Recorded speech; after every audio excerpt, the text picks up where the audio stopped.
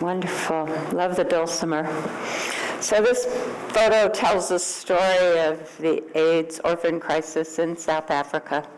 So about 15 plus years ago, Oprah Winfrey did specials about this. Do you remember that?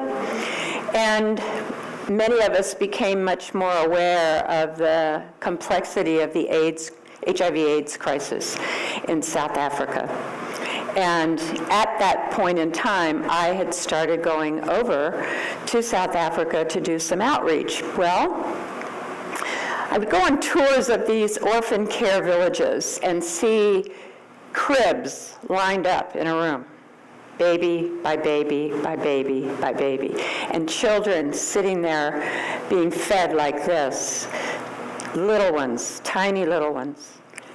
And I don't know about you, but I look at that and I go, oh, I've got to do something. What can I do? I'm going to help. So as time went on, what we discovered is that I can't do anything to help.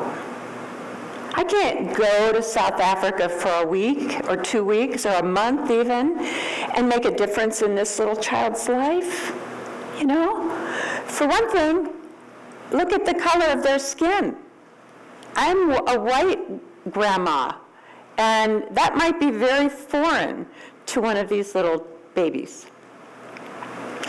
Number two, I don't speak their language. Children this age don't speak English. As they grow up and go to school, they'll learn English for sure, but they don't at this age. So here I am, a strange-looking face with a strange-sounding language, you know? It's like, nah, that doesn't fit too well. But I have such a big heart. I could just hold that child and just make them feel better, and oh, it would be so good. Well, if in fact I went there and volunteered for a couple of weeks, and this child gets all attached to me, oh, a grandma who wants to sit and hold me and rock me and tell me stories, well, then I leave again and go back to America.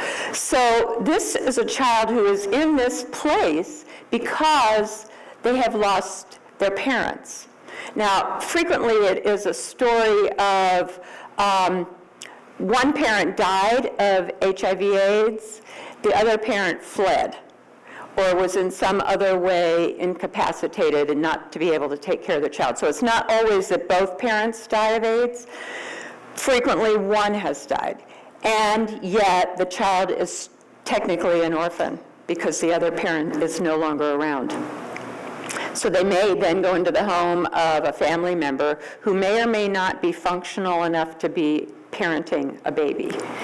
So the stories are extremely complex. The culture of South Africa is extremely complex. We're talking post-apartheid, which has only ended 25 years ago, and that's not enough time to heal that complexity of apartheid. And so what I discovered was I know nothing. I know nothing about how to be helpful in this situation, or how to do anything for these kids. Well, maybe I could scrub the floors or wash the dishes, but I didn't come to South Africa to scrub floors, you know? That's not what I want to do. That's not where my heart resonates. So I had a lot of learning to do. I had to explore a great deal. So immediately you go to the default position in American culture, which is missionary. That's who goes to South Africa and helps in situations like this, humanitarian crises. But I may have said this here before, but when I first looked up missionary, I got out the old dusty Webster's dictionary, a real old one, and dusted it off and looked in there under missionary, and it said something about proselytizing in foreign countries, especially those considered to be heathen. And that didn't fit for me. You know, it's like, what? Heathens are people who don't have a standard religion and they're considered to be uncivilized people. Well, none of that really applies. None of that is really the truth. And so what I wanted then was to discover a new way of defining missionary that fit in New Thought principles. And so how do you do that? How do you get there? What is that all about, really? And it took a lot of time. It took a lot of failed attempts, a lot of mistakes, a lot of miscommunications, being culturally inappropriate, learning. And I'd go back every year, and I'd learn some more, and I'd find my way to, let's try this, let's try that. And then finally, we were directed to a small town called Rivière-Sonderend, which is a couple hours outside of Cape Town, and there I immediately felt safe and at home. It's kind of like Baldwin. It's about that size and surrounded by farm country. I thought, okay, this is my kind of place, so here I can kind of settle in. And right away, I had to tone down my I need to help kind of thing and settle into the simplicity of a very small town that lives with a lot fewer resources than we're used to in America, all kinds of resources. So I quickly started having inner dialogue, inner experiences about what it means to not have a lot of stuff. You know, we're so used to that in America. We have everything we need and way, way more than everything we need. And our children have way, way more than what they need. And so what is this like to become content with this kind of lifestyle? And I've had periods of time where I've been there for as much as a couple months. And some of that time I spend there with no car, and there's a lot of heat, and there's no air conditioning, and there's no fan. And I would have sometimes, I'd go for long periods of time with no computer. And if I wanted to use a computer, I'd have to walk a long, long way up to town to a place where there was internet and maybe get on some fairly okay internet, Wi-Fi type thing. And it's gotten better over the years, but there have been lots of periods of time when I have lived without the things we take totally for granted in America and learned to love that. What I found that was doing was giving me time for creativity. I'd start making things, and oh, now I want to do this, and I'd explore with the women there all these great ideas of things to do with our hands. It was so fun. I just loved it. So lessons just keep coming, and you start to get it that just because people live in very small, very simple homes doesn't mean that they're needy people. Doesn't mean that they needed me to come and help them or fix anything for them, you know? They are quite content, actually, with the way they live. They don't expect what we expect. They don't expect to have the level of resources that we have. And when I'm there, I find that it fills my heart and soul in ways that I can barely describe to you. It's just an amazing experience. And I like stepping in and out of the American culture, because then I can maintain that view, that perspective of how we live here is not how everybody lives in the world. And all of us can really benefit by taking that in deeper and deeper and deeper. That we are living a very privileged lifestyle, all of us. So I wanted to talk with you mainly today, not about AIDS orphans, but about this dear teacher of mine, Rachel Naomi Remen. So I had the extreme pleasure of going to her center, which is a very simple place. It's like a light center, a bit bigger, right on the coast of California, like beautiful rocky cliffs where it's going to fall off into the ocean. It's called Commonweal. And I was doing retreats for people living with cancer at that time, and she does that and teaches about that. And so I wanted to go and learn more deeply from her. Well, Rachel is an MD who's lived her whole life with Crohn's disease. So she's had numerous major surgeries and has had to adapt her lifestyle tremendously to live with Crohn's. And so she teaches doctors about her perspective from both sides of the bedside. as a doctor and as a patient. And what she's learned from that is profound. And my background's nursing, and so it's like, wow, I'm really taking this in, what this lady has to say about the whole difference between curing and healing and all of that. So you can go to her website and listen to her talk, and you'll get what I mean. She has an amazing angelic presence and can speak so deeply and so profoundly from such a very, very clear place.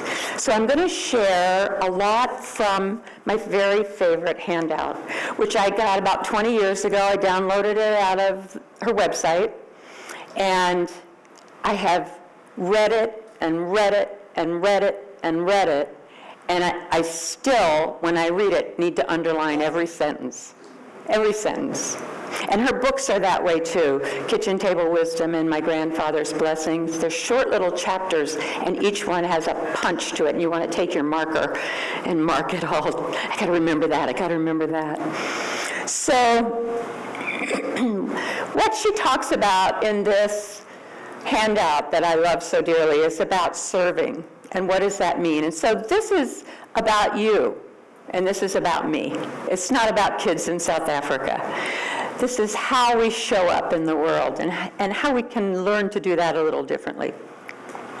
So serving is different than rescuing, fixing, saving, helping, all of those things that we normally think of when we think about stepping into a humanitarian crisis.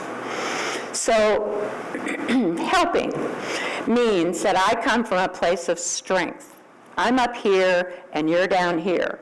So I'm going to help those who are lesser or weaker than I am, who are needier than I am. So if you're on the rescue squad, you might be going and pulling the bodies out of the river, right?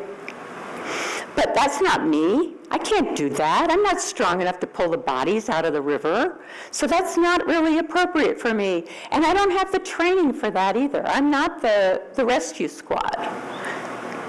So think about a situation when you were told by someone in a position of authority that what you could or couldn't do and how that made you feel. For example, a religious doctrine might have said, you cannot get a divorce, right? Or something like that.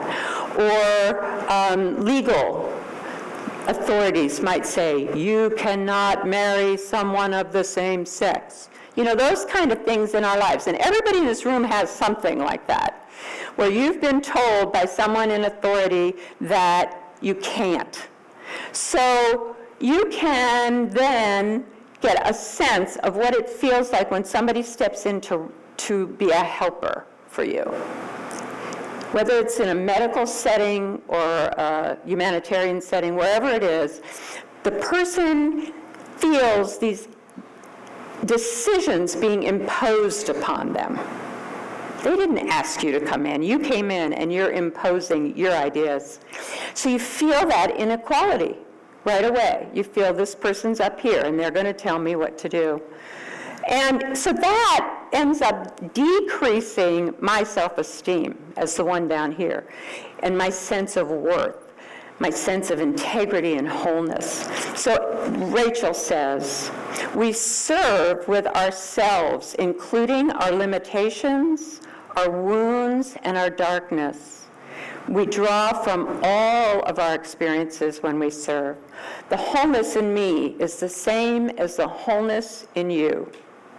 Service is a relationship between equals. And isn't that like we say in unity, the Christ in me beholds the Christ in you, and that's where we serve. So helping incurs debt. They owe you one. Serving, then, is like healing. It's mutual. There is no debt. I am as served as the person I am serving. So in LoveLight, we made up the term cross-transformation because that's what we saw happening. I am as transformed as anybody that I'm showing up to visit there.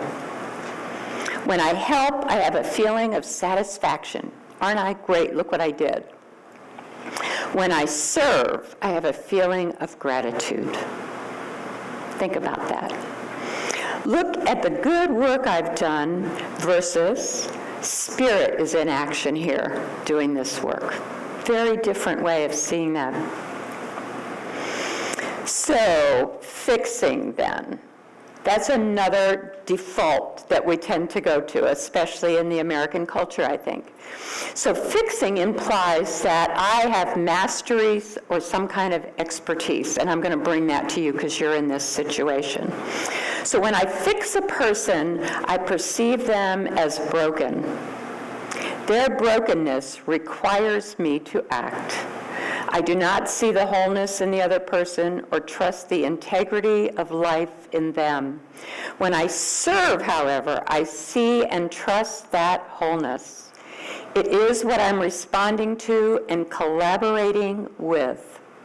There is a distance between ourselves and whatever or whomever we are fixing. Saving is another word that we think of a lot with missionary work. When we talk in those kind of terms, that's about trying to bring my religion to somebody else. And believe me, in Rafir-Sonderen, they don't need another church. They have lots. It's a tiny town, and there's at least 27 churches, I think, there. But when I come in with this attitude of saving, then all of a sudden we bring in the moral judgment. You know, this judgment that creates a distance and disconnection between me and other people. So fixing implies inequality. And it can create a moral distance. Yeah. So it might feel good to be a missionary and, oh, I've saved 100 people or whatever on my trip, isn't this wonderful? But is that really serving those people in the way they need to be served? It's a big question. We can only serve that to which we are profoundly connected. Mother Teresa says, we serve life not because it is broken, but because it is holy. So helping means you come from a position of strength. Fixing means you come from mastery and expertise. Serving is an experience of being causal. So that means that I know that I'm being used. I am willing to be used in the service of something greater than all of us, something essentially unknown. We are servers of the wholeness and mystery in life. When I fix or help without serving, we can also serve without fixing or helping. Yeah? Fixing and helping may be the work of the ego. Service is the work of the soul. It is an inner experience that's different, and the outcomes are different. Service serves us as well as others, and that which uses us strengthens us. So fixing and helping can be depleting. Like I think about the times that we've tried to create projects in South Africa where we're going to really help with them. We're going to build this greenhouse or whatever. And I end up exhausted. I mean, it's really hot there, and I don't have AC to run to for respite, you know, and physically I can only do just so much. And so I would find situations like that to become very exhausting physically, very quickly. But when I'm in a place of service, that's renewing. That's filling me up, so I don't become burned out. So service is based on the premise that the nature of life is sacred. So it's about different ways of seeing life. When you help, you see life as weak. When you fix, you see life as broken. When you serve, you see life as whole. It's as simple as that. So we are all connected, and all suffering is like my suffering, and all joy is like my joy. The impulse to serve emerges from this perspective. So I want to share one more photo with you. We just have had this amazing experience with these 4 kids with us at the Light Center for a week. And Martin and Kelly were mentoring them through the process of creating the camp that's coming up in South Africa this September. And these 4 will be the leaders of that camp, but predominantly these 2 South African kiddos, Akona and Dario. Amazing youth. Bright, intelligent. Their dominant language at home is not English, and yet they're functioning the whole time here with us in English and doing a beautiful job. So what has happened is gradually over the years, we've gotten to the point where the South African youth feel empowered. They bring their expertise to the table, their intelligence, their ideas, and they are the main leaders now of the camp, with the American kids as backup to them. Used to be flip-flop of that, but now the kids are really stepping up into their leadership. And they have this pride of succeeding. They have a sense of themselves as a leader, finding their own voices, and a sense of personal overcoming. They may have come out of some pretty tough stuff in their lives, and their households may be different than the typical American household by far. So I've learned a lot of things over the years. I've learned that expertise and technology doesn't fix everything. And I've learned that having lots of stuff may not be the answer for happiness. And I've found that meaning is a function of the heart, not of the intellect.